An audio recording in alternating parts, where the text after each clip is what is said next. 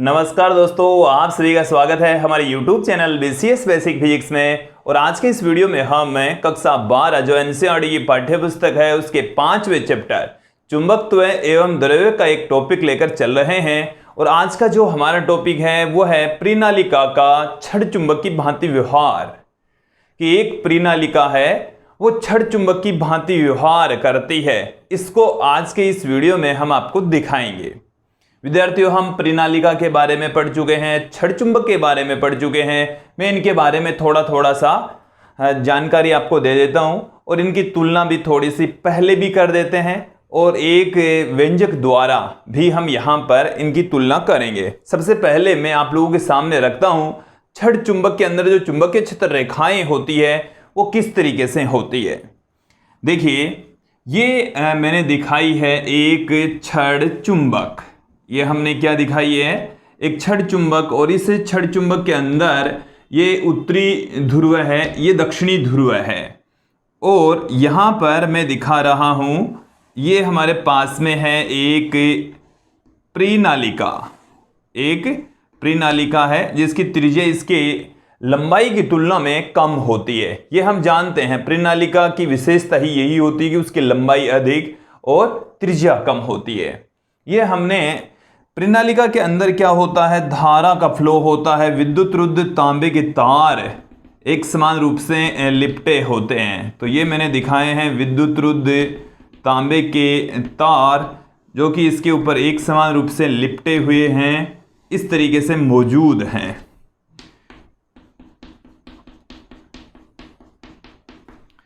देखिए, ये जो चुंबक है इसमें चुंबकीय क्षेत्र रेखाएं किस तरीके से मौजूद होती है वो देख लीजिए। उत्तरी ध्रुव से चुंबकीय क्षेत्र रेखाएं बाहर निकलती है और दक्षिणी ध्रुव के अंदर प्रवेश करती है। इस तरीके से चुंबकीय क्षेत्र रेखाएं होती है इनमें।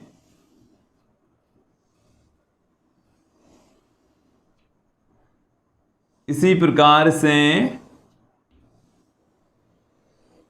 उत्तरी ध्रुव से ये चुंबकीय क्षेत्र रेखाएं बाहर निकलती है और दक्षिणी ध्रुव के अंदर ये प्रवेश करती है। ये इस तरीके से मैग्नेटिक फील्ड लाइंस की डायरेक्शन होती है। उत्तरी ध्रुव से बाहर निकलेगी और दक्षिणी ध्रुव के अंदर ये प्रवेश करती है। अब हम आपको याद दिला दें, जहां हमने लास्ट चैप्टर के अंदर प्रणालिका पढ़ा था और उस प्रणालिका में भी चुंबकीय क्षेत्र रेखाओं को हमने बताया था, दिखाया था। तो जो चुंबकीय क्षेत्र रेखाएं हैं वो इस तरीके से थी। देखिए, धारा इधर नीचे की ओर आ रही है। दाहिने हाथ के अंगूठे का नियम का प्रयोग करते हुए जो मैग्नेटिक फील्ड लाइंस हैं उनकी डायरेक्शन इस तरीके से हम दिखा सकते हैं। चुंबकीय क्षेत्र रेखाएं इसमें भी इसी तरीके से क्रिएट होती है, उत्पन्न होती है। इस तरीके से हम इनको दिखा सकते हैं। यहां पर भी देख लीजिए, इस तरीके से चुंबकीय क्षेत्र रेखाएं मौजूद होगी, इन्हें हम इस तरीके से दिखा सकते हैं। तो ये जो चुंबकीय क्षेत्र रेखाएं हैं वो किसी छड़ चुंबक से निकलने वाली चुंबकीय क्षेत्र रेखाओं की भांति ही होती है। तो ये एक तो चुंबकीय क्षेत्र रेखाओं की जो संरचना है वो सेम होती है। क्लियर। और यदि हम किसी छड़ चुंबक को मध्य भाग से किसी धागे की सहायता से बांध कर स्वतंत्रता पूर्वक लटका दें तो वो उत्तर दक्षिण दिशा में आकर व्यवस्थित हो जाता है।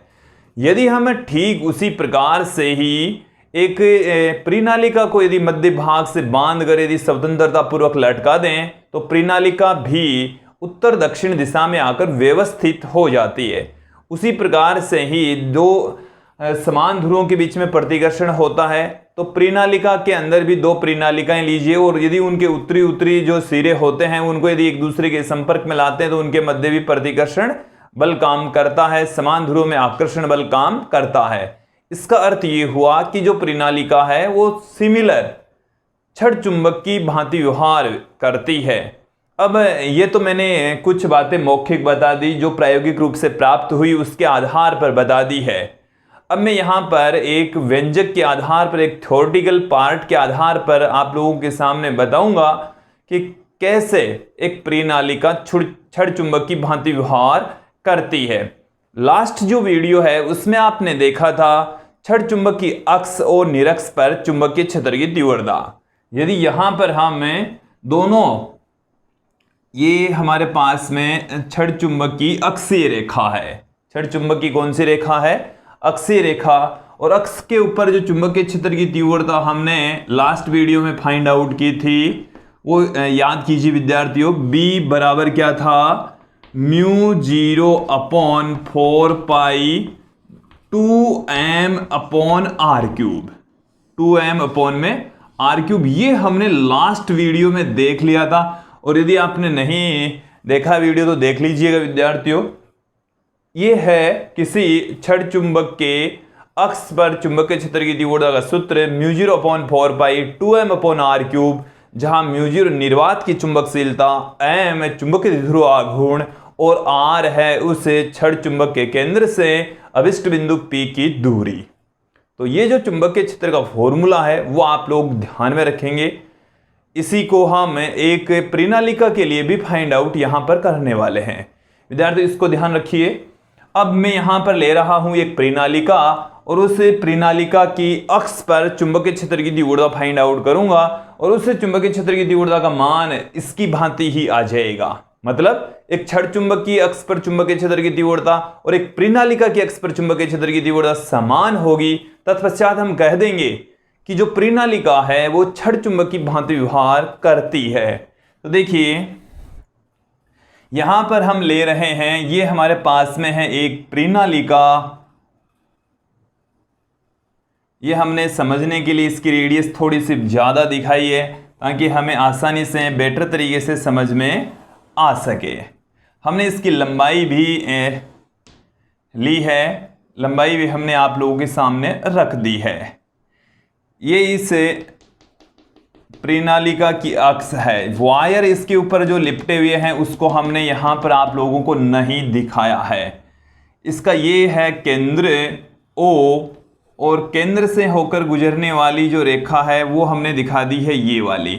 ये है एक तरीके से x एक्सिस की भांति, ये y एक्सिस की भांति काम कर रही है। अब विद्यार्थी इसके ऊपर विद्युत रुद्ध तांबे के तार लिपटे हुए हैं और प्रत्येक तार में से I धारा प्रवाहित हो रही है। वही एक ही वायर होता है जो कि इस तरीके से लिपटा होता है, तो उसमें से I धारा प्रवाहित हो रही है। विद्यार्थियों इस प्रणालिका के कारण से इसकी अक्ष पर हम एक बिंदु ले रहे हैं, बिंदु P।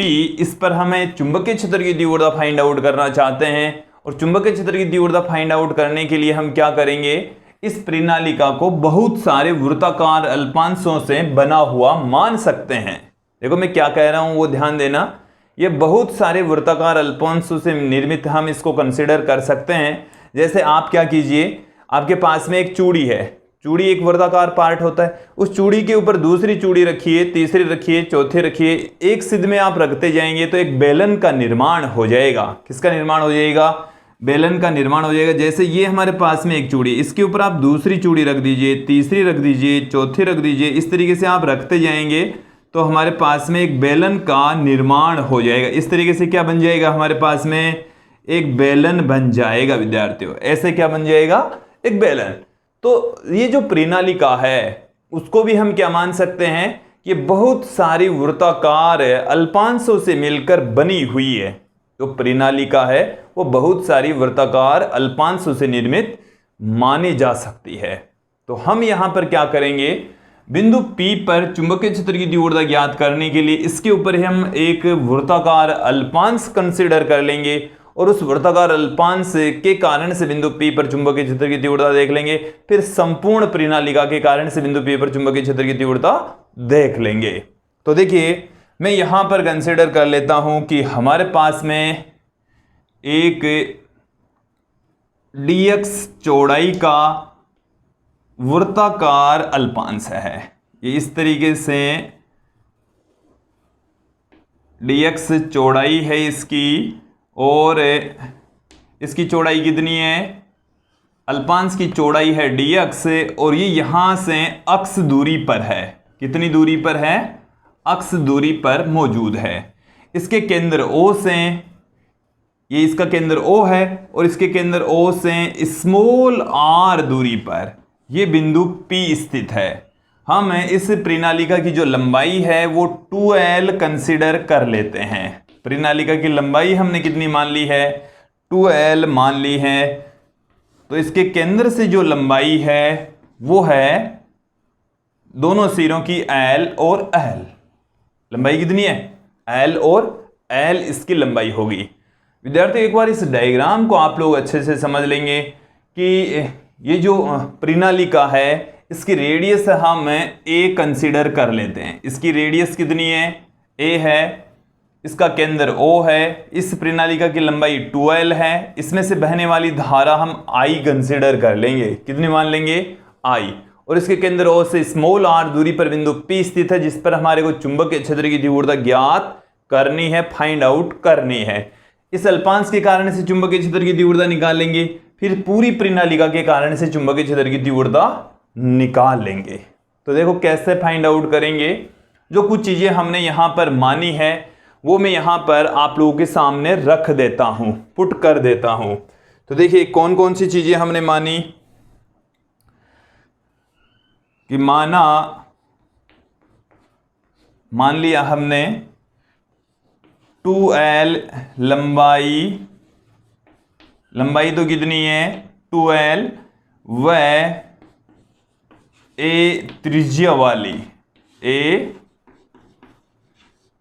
त्रिज्या वाली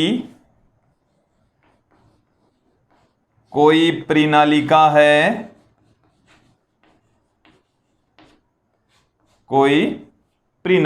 है, जिससे कैपिटल I धारा प्रवाहित हो रही है, जिससे कैपिटल I धारा प्रवाहित हो रही है। कितनी धारा बह रही है? इससे कैपिटल I धारा का प्रवाह हो रहा है।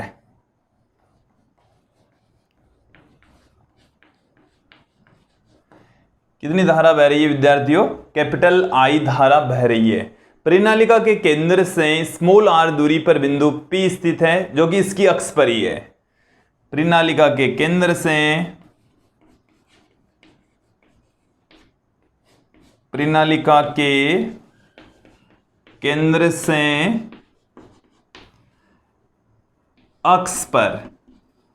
अक्ष पर स्मॉल r दूरी पर, अक्ष पर भी है और स्मॉल r दूरी पर बिंदु P स्थित है,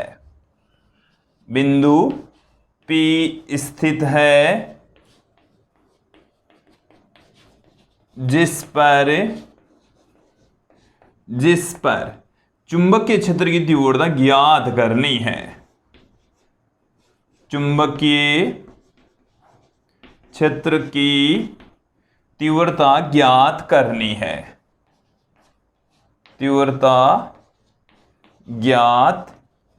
है। विद्यार्थियों, मैग्नेटिक फील्ड इंटेंसिटी हमें बिंदु P पर फाइंड आउट करनी है। इसके लिए हम क्या करेंगे? इस प्रणालिका के ऊपर dx चौड़ाई का एक धारावाही अल्पांश यहां पर ले लेंगे। इस धारावाही अल्पांश के कारण से पहले चुंबकीय क्षेत्र की तीव्रता ज्ञात कर लेंगे, फिर संपूर्ण प्रणालिका के कारण से बिंदु P पर चुंबकीय क्षेत्र की तीव्रता हम फाइंड आउट कर लेंगे।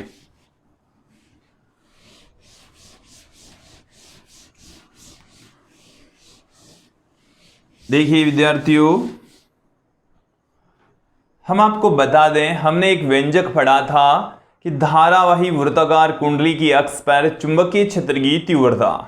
हमने ये टॉपिक पढ़ लिया था कि एक धारावाही वृत्ताकार कुंडली है और उसकी अक्ष के ऊपर चुंबकीय क्षेत्र की तीव्रता कितनी होती है। मैं आपको याद दिलाता हूं, देखिए कितनी होती है कि इस तरीके से हमने एक वृत्ताकार कुंडली ली थी और उस वृत्ताकार कुंडली की यदि आप रेडियस a लेते हैं, कितनी रेडियस लेते हैं? इसमें से धारा प्रवाहित हो रही है I, इसमें फेरों की संख्या n, इसकी रेडियस यदि a और इसके केंद्र से यदि डिस्टेंस ये अक्ष है, तब यहां पर जो मैग्नेटिक फील्ड क्रिएट होता है वो होता है μ0 n I a square by 2 अक्ष स्क्वायर प्लस a स्क्वायर की घात 3/2। r रेडियस लेते हैं तो r आ जाता है। हमने वहां पर r रेडियस लेकर इसका फॉर्मूला फाइंड आउट किया था।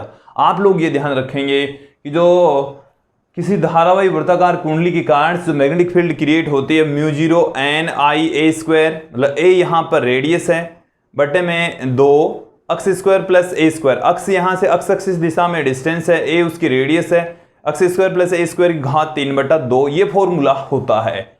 अब इसी फॉर्मूले का प्रयोग करते हुए हम इस धारावाही अल्पांश के कारण से बिंदु P पर चुंबकीय क्षेत्र की तीव्रता फाइंड आउट करेंगे।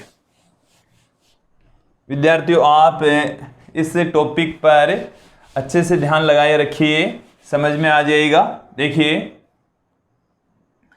हमारे पास में जो परिनालिका है उसकी एकांक लंबाई में फेरों की संख्या हम स्मॉल n कंसीडर कर लेते हैं। परिनालिका की एकांक लंबाई में फेरों की संख्या, परिनालिका की एकांक लंबाई,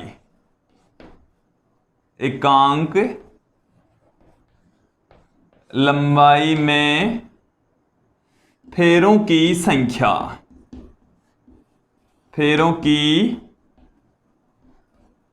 संख्या वो हम स्मॉल n से कंसीडर कर लेते हैं। यदि परिनालिका के अंदर टोटल फेरे यदि कैपिटल N है, टोटल लंबाई 12 में, तो स्मॉल n बराबर कैपिटल N बट्टे में 12 भी पुट कर सकते हैं।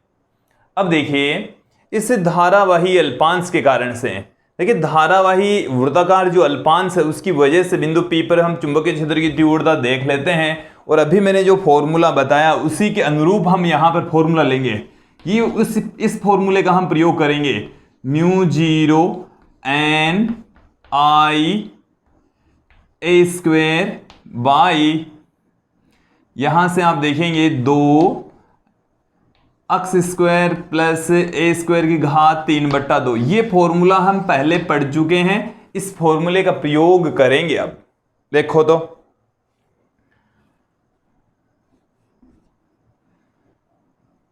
वृत्ताकार, वृत्ताकार है, धारावाही है, वृत्ताकार धारावाही अल्पांश के कारण, अल्पांश के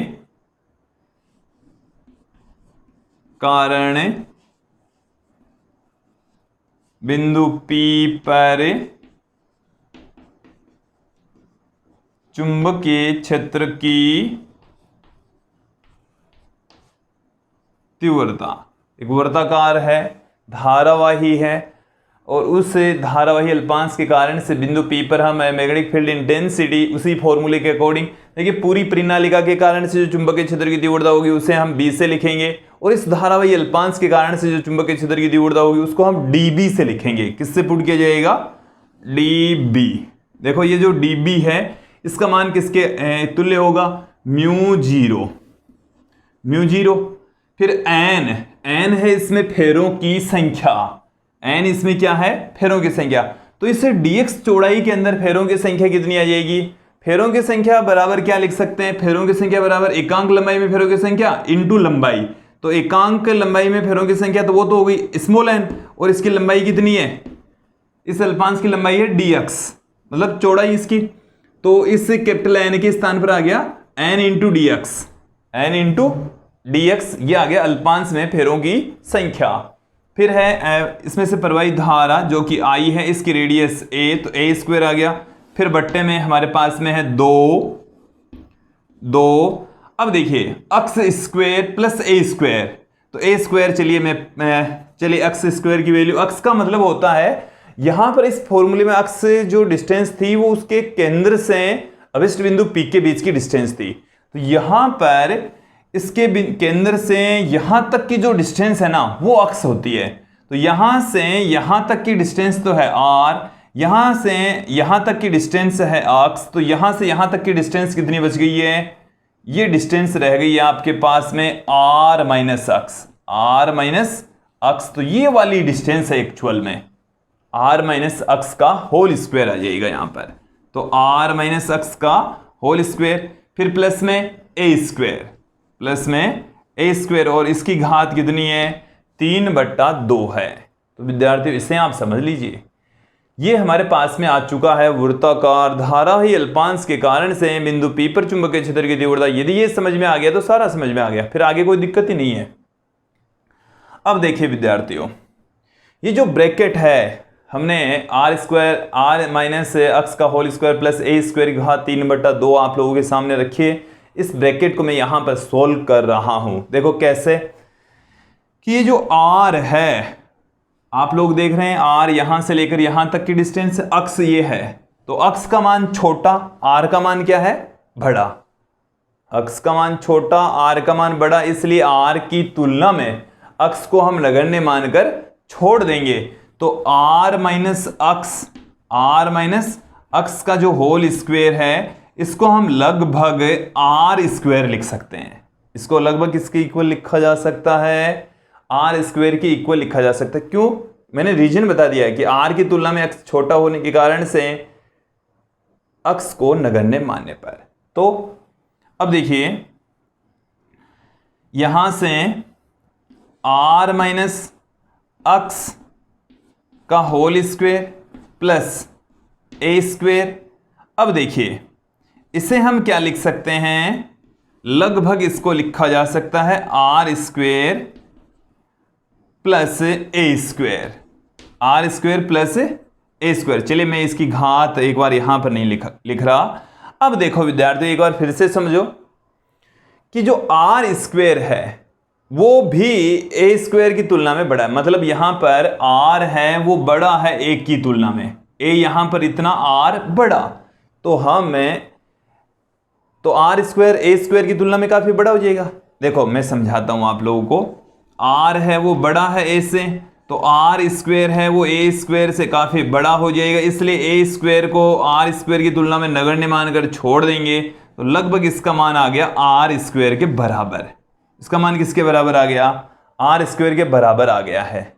तो देखो इसकी घात जब 3/2 लगाएंगे तो इसकी घात भी कितनी लगा देंगे, 3/2 लगा देंगे। तो आर माइनस अक्स का whole square plus A square की घात 3/2, यह आ जाएगी आर स्क्वायर की घात 3/2, 2 से 2 कैंसिल हो गया, आर की घात 3 के बराबर आएगा।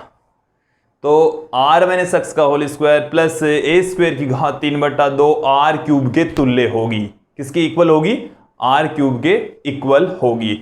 यहां तक आप लोगों को यदि समझ में आ गया तो इस पूरे ब्रैकेट के स्थान पर हम आर क्यूब पुट कर सकते हैं। क्या लिखा जा सकता है, आर क्यूब, इसे हम लिख देंगे। देखिए विद्यार्थी यहां से मैं इसको हटा रहा हूं,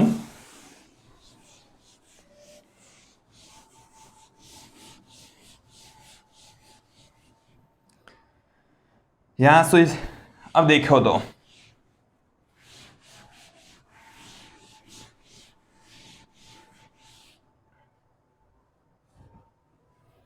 क्या मिल गया हमें, dB बराबर हमें मिल चुका है म्यू 0n, देखते जाइए, dx i a square upon 2, और ये जो ब्रैकेट है इस ब्रैकेट की पूरी वैल्यू आ चुकी है आर क्यूब आ चुकी है। अब ये तो आ चुका इस धारावाही अल्पांश के कारण से बिंदु P पर चुंबकीय क्षेत्र की तीव्रता। हमें इसे पूरी परिनालिका के कारण से बिंदु P पर चुंबकीय क्षेत्र की तीव्रता चाहिए, इसलिए हम इसका इंटीग्रेशन कर देंगे। देखो ये तो है मूल बिंदु, तो यहां से इधर वाली जो डिस्टेंस है -L से लेकर +L तक इसको इंटीग्रेट कर दीजिए, या आप 0 से लेकर 2L तक भी कर सकते हैं, सेम रिजल्ट प्राप्त होगा। तो संपूर्ण परिनालिका के कारण से, ये तो किसके कारण से है, धारावाही अल्पांश के कारण से। अब हम क्या देख रहे हैं, संपूर्ण परिनालिका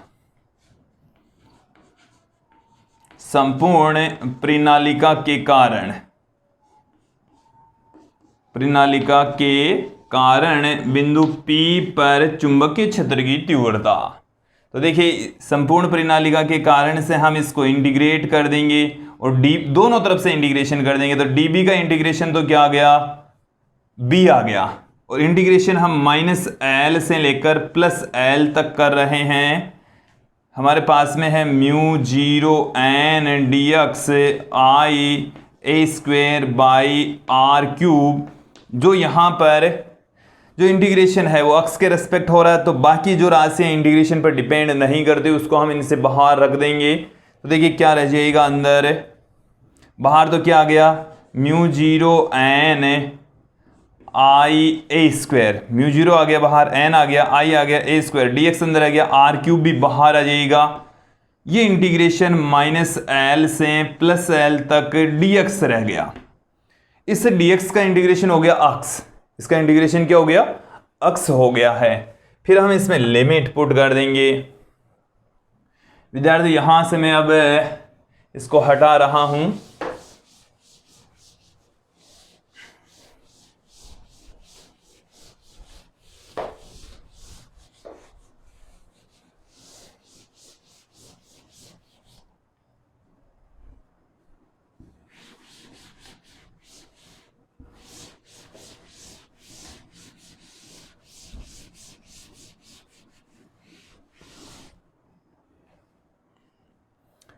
विद्यार्थियों इंटीग्रेशन क्या होगा बोलिए, b बराबर mu zero N I A square by R cube. इसका इंटीग्रेशन हो गया अक्स, इसका इंटीग्रेशन क्या हो गया, अक्स हो गया, माइनस एल से लेकर प्लस एल तक, माइनस एल से लेकर प्लस एल तक। तो क्या आ जाएगा हमारे पास में, mu zero N I A square बट्टे में आर क्यूब, एल माइनस का साइन फिर माइनस एल, माइनस और माइनस प्लस एल हो गया, एल और एल हो गया 2l।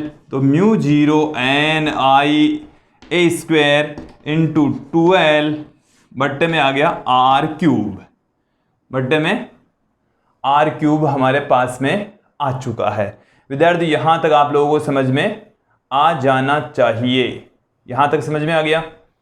फिर देखिए हमें क्या मिल रहा है, b इक्वल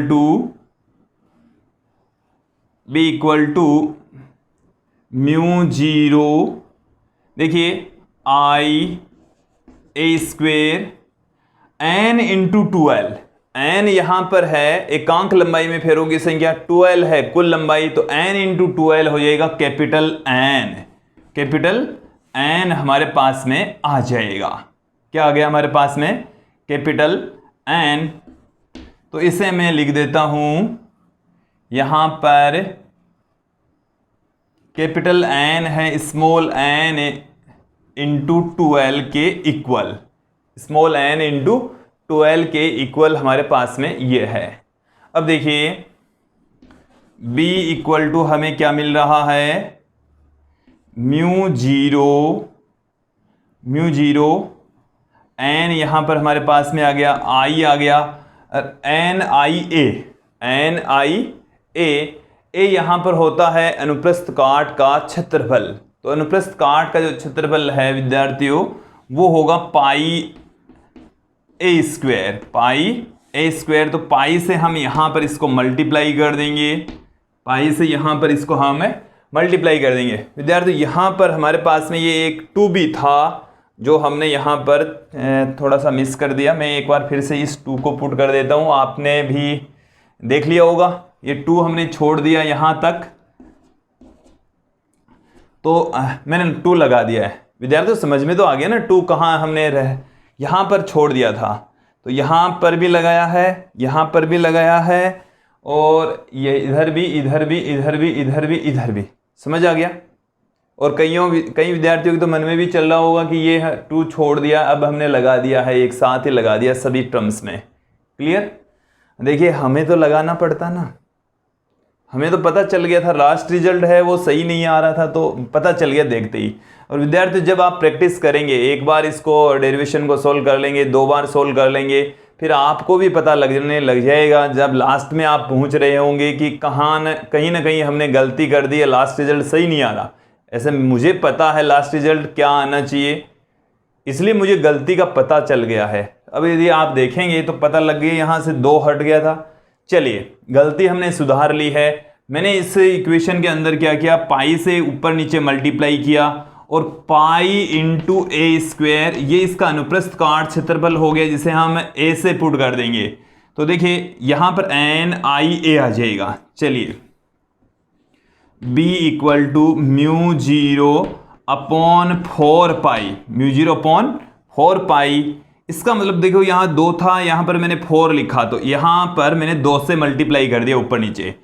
2, ये n पढ़ाई है, i पढ़ाई है, पाई इंटू ए स्क्वायर इस प्रणालिका का अनुप्रस्थ काट क्षेत्रफल हो गया NIA, और NIA किसके इक्वल होगा? चुंबकीय द्विध्रुव आघूर्ण के। NIA किसके इक्वल होता है? चुंबकीय द्विध्रुव आघूर्ण के इक्वल होता है। तो फाइनल जो रिजल्ट है इसका हमें क्या मिल रहा है? B equal to μ0 upon 4 pi 2m upon r³। तो इस बिंदु पर जो चुंबकीय क्षेत्र की तीव्रता है वो हमें मिलती है μ0 upon 4 by 2m upon r³, 2m upon r³। अब आप याद कीजिए कल का टॉपिक, या छड़ चुंबक की अक्ष पर चुंबकीय क्षेत्र की तीव्रता। तो इस बिंदु पर चुंबकीय क्षेत्र की तीव्रता ये है, और किसी छड़ चुंबक की अक्ष पर भी चुंबकीय क्षेत्र की, ये जैसे उत्तरी ध्रुव दक्षिणी ध्रुव है, यहां से r दूरी पर ये जो बिंदु P है उस पर भी चुंबकीय क्षेत्र की तीव्रता सेम ही प्राप्त हो रही थी। तो हम यहां पर ये बता देंगे कि छड़ चुंबक की अक्ष पर चुंबकीय क्षेत्र की तीव्रता और किसी प्रणालिका की अक्ष पर चुंबकीय क्षेत्र की तीव्रता सेम होती है, सेम टू सेम प्राप्त हो रही है। विद्यार्थियों समझ में आ गया क्या? प्रणालिका की अक्ष पर चुंबकीय क्षेत्र और किसी छड़ चुंबक की अक्ष पर चुंबकीय क्षेत्र की तीव्रता दोनों सेम है। अतः हम कह देंगे कि एक जो प्रणालिका होती है वो छड़ चुंबक की भांति व्यवहार करती है। किसकी भांति काम करती है? छड़ चुंबक की भांति व्यवहार करती है। तो यदि जैसे मान लो कि छड़ चुंबक की भांति प्रणालिका व्यवहार करती है तो उसकी निरक्ष पर चुंबकीय क्षेत्र की तीव्रता कितनी होगी? उतनी ही होगी जितनी किसी छड़ चुंबक की निरक्ष पर होती है। छड़ चुंबक की निरक्ष पर चुंबकीय क्षेत्र की तीव्रता कितनी होती है विद्यार्थियों? बोलो। निरक्ष पर और अक्ष पे केवल इतना ही डिफरेंस है। यहां पर अक्ष पर तो आ रहा है 2 और निरक्ष पर ये 2 नहीं आ रहा। निरक्ष का मतलब हो गया इसकी ये वाली जो रेखा है ना वो निरक्षीय रेखा है। तो इस रेखा के किसी बिंदु पर चुंबकीय क्षेत्र की तीव्रता μ0 अपॉन 4 पाई m बटे में r³ होगा। तो विद्यार्थियों यहां तक आप लोगों को ये सब कि किसी छड़ चुंबक की और प्रणालिका की अक्ष पर चुंबकीय क्षेत्र की तीव्रता समान होती है। अतः हम कह देंगे कि जो प्रणालिका होती है वो एक छड़ चुंबक की भांति व्यवहार करती है। प्रणालिका किसकी तरह व्यवहार करेगी? छड़ चुंबक की भांति व्यवहार करेगी। तो हमने इस वीडियो में स्पष्ट कर दिया है कि जो प्रणालिका होती है वो छड़ चुंबक की भांति काम करती है, छड़ चुंबक की भांति बिहेव करती है। तो आज के इस वीडियो में इतना ही। धन्यवाद दोस्तों।